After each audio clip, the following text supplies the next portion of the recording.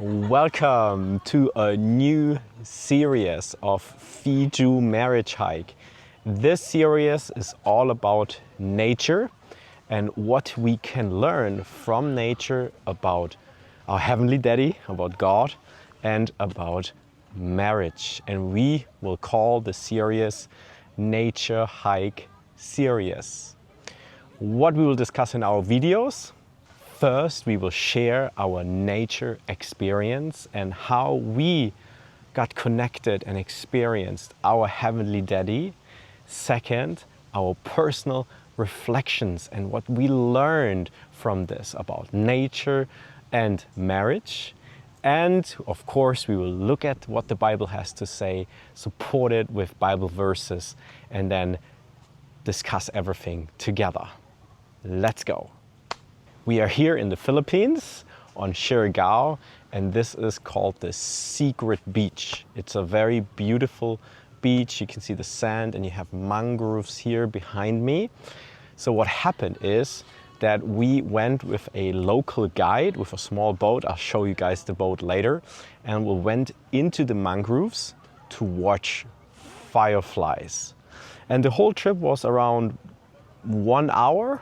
And we went really deep inside the mangroves, and it was full moon, so the moon was very big and very bright.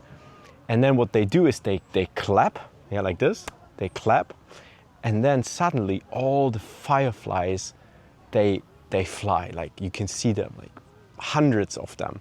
And we'll show you one video clip. Unfortunately, it was really dark, so you can't really see it, yeah. But it was just an incredible experience. One of the most beautiful experiences I've ever done, to be honest. And it really touched my heart. And at this moment, I felt so at peace and so close with our Heavenly Daddy. And yeah, I just got so many good ideas, and he was just speaking to me and to my heart. And this is just what we wanted to share with you guys. The first Bible verse that came to my mind is from Genesis chapter 1, verse 3-4, where it says, "And God said, let there be light, and there was light. And God saw that the light was good, and God separated the light from the darkness." So this Bible verse shows us the significance of light.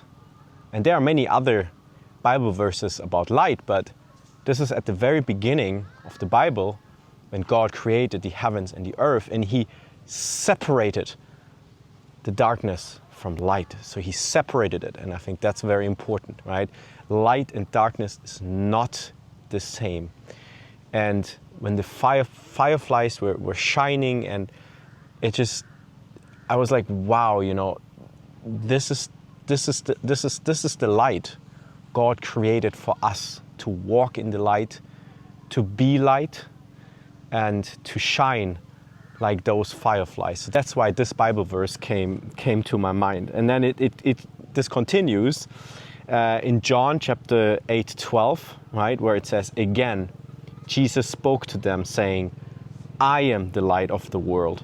Whoever follows me will not walk in darkness, but will have the light of life." Right? So this is most important. This is the key to everything, right? To follow Jesus, because he is the true light of the world. And when we follow him, then we will not walk in darkness, but we will walk in light. Then we will have the light of life, and then we can bring this light of life to other people. And that's what then the next passage I wanted to share with you guys is about.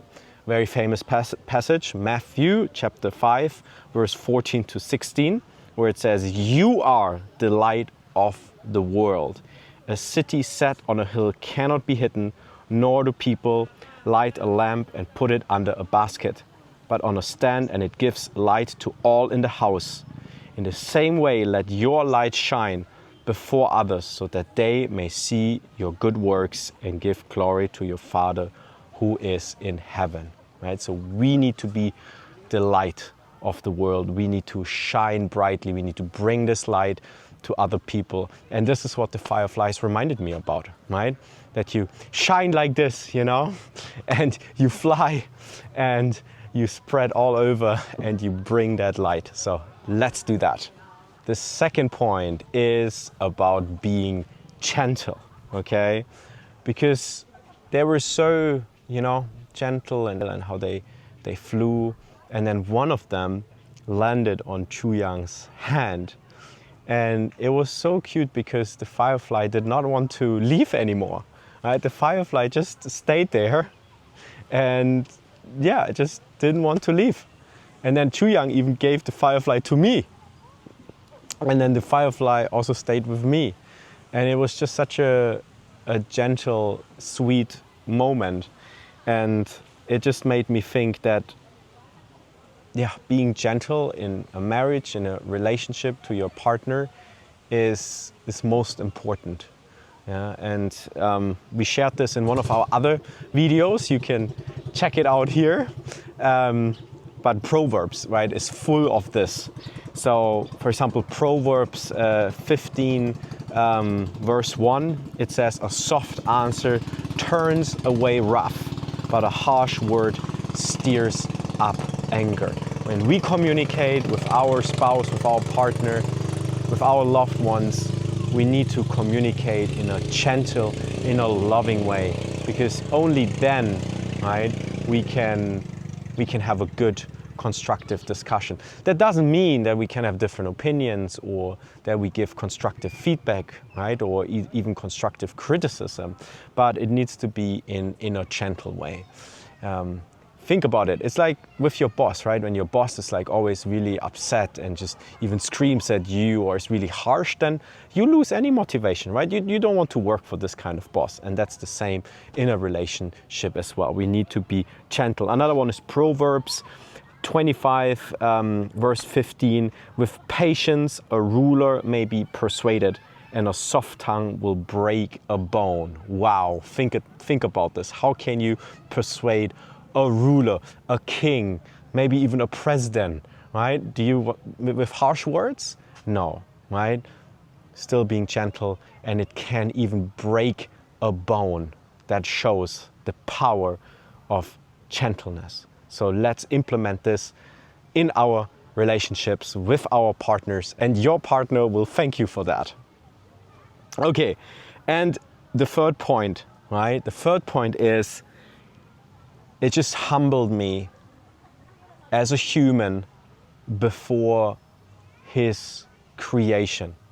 And I love here Psalm 8, verse 3-4, which says, "When I look at your heavens, the work of your fingers, the moon and the stars, which you have set in place, what is man that you are mindful of him, and the Son of Man that you care for him?" Wow.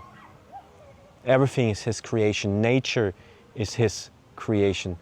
And when we were on this tiny little boat and we saw the moon shining so brightly, so big, it just humbled me, you know. I was like, who are we, right? Who are we? We are part of his creation. And my wife just observed something amazing. Yeah, some grabs, blue color, right, baby? Blue body and blue body, amazing. They look amazing. Yes. So let's check them out. I'll try to catch one. Yeah, but let's maybe film one of them first. You can see his creations. Just, wow, they're so fast. Yeah. Oh. And now I will show you guys the boat we took. Yeah, so let's go. Here. Oh no, it was not the yellow one, right? It was the green one. Yeah, the green one. But it was basically the same. Yeah, this one, the green one there. So you can see very tiny little boat. And then you just sit there. And we went over there into the mangroves. So you go this way and then on the right side and then left all the way inside. At least like an hour. So it was quite deep inside the mangroves. And you can see right now it's low tide here. So you have the beach, very nice. As I explained, this is the secret beach. And now you can see the mangroves very nice, and the water level is way down. So in the evening when there's high tide, then you go inside and then you can see all the fireflies. I saw the flashes in the dark, colors on the wall, bright against the monochrome, where I felt so small. I drew the curtains up, pulled away the blinds, heard a rushing wind through the windows of my mind, and I began to glow with a love divine. Shine, shine, shine, shine in the naked light of Adonai. Shine, shine, shine, shine.